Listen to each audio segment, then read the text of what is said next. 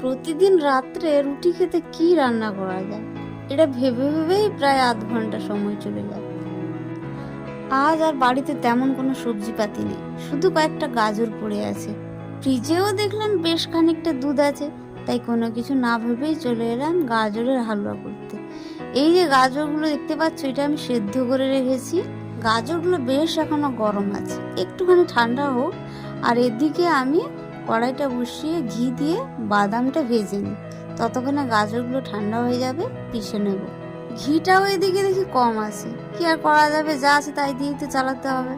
রাত্রে রুটিটুকু তো খেতে হবে কিছু করে, তো এখানে যা আছে ঘি মোটামুটি সবই দিয়ে দিচ্ছি। আর একটুখানি বেশি হলে ঘিটা ভালো হতো। আর এখানে আমন্ড বাদামগুলো আমি আগে ভেজে নিই।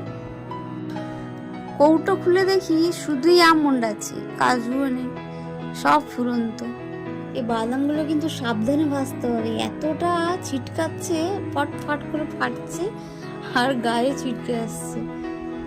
মোটামুটি হয়ে গেছে, এটা তুলে নিই এবার। ব্যাচেলার বাদামগুলো তুলে নিয়েছি আর কাঁচা দুধটা দিয়ে দিচ্ছি এতে। তবে এতগুলো গাজরে দেখলাম 500 মতো দুধ আছে, তো 500 মতো দুধে তো হবে না, তাই একটু পাউডার দুধ এখানে গরম জলে গুলিয়ে নিয়েছি, এটাও এই সময় দিয়ে দেব, আর একসঙ্গে ফুটে যাবে। আর এত পাতলা দুধে তো গাজর দেওয়া যাবে না, এটাকে ফুটিয়ে ঘন করতে হবে। তো এটা ঘন হোক, তখন গাজরগুলো পিষে নিই। আর ওই যে দেখতে পাচ্ছ ছোট্ট হাত গাজর পিষছে, তার মাকে হেল্প করতে চলে এসছে, ট্যাঙ্গে ট্যাঙ্গে করছে। খানিকটা আমি পিষে দিয়েছিলাম, তো ওর জন্য তো কিছু রাখতে হবে, সেটাই রেখেছি। ব্যাস, এদিকে দুধটা ফুটে গেছে, এবার গাজরটা দিয়ে দেবো।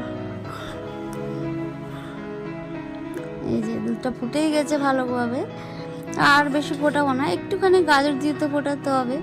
এই সময় গাজরগুলো দিয়ে দিই।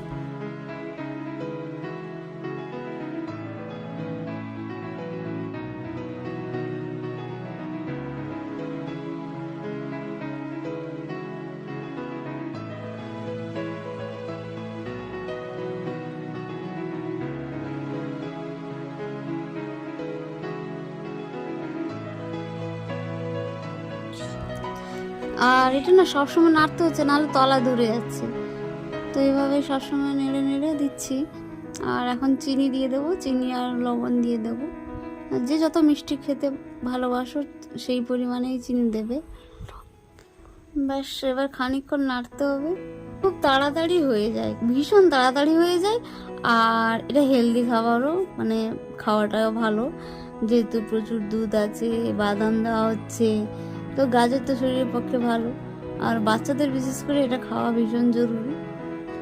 আর চামচ দিয়ে একটু চেপে চেপে দিচ্ছি, কারণ যেখানে মনে হচ্ছে একটু গাজর গোটা গোটা থেকে গেছে, তো সেটা ভালোভাবে মিশে যাবে। ব্যাস, এবার হয়ে গেছে, এবার এটাকে নামিয়ে নেব। কালারটা বেশ সুন্দর এসছে।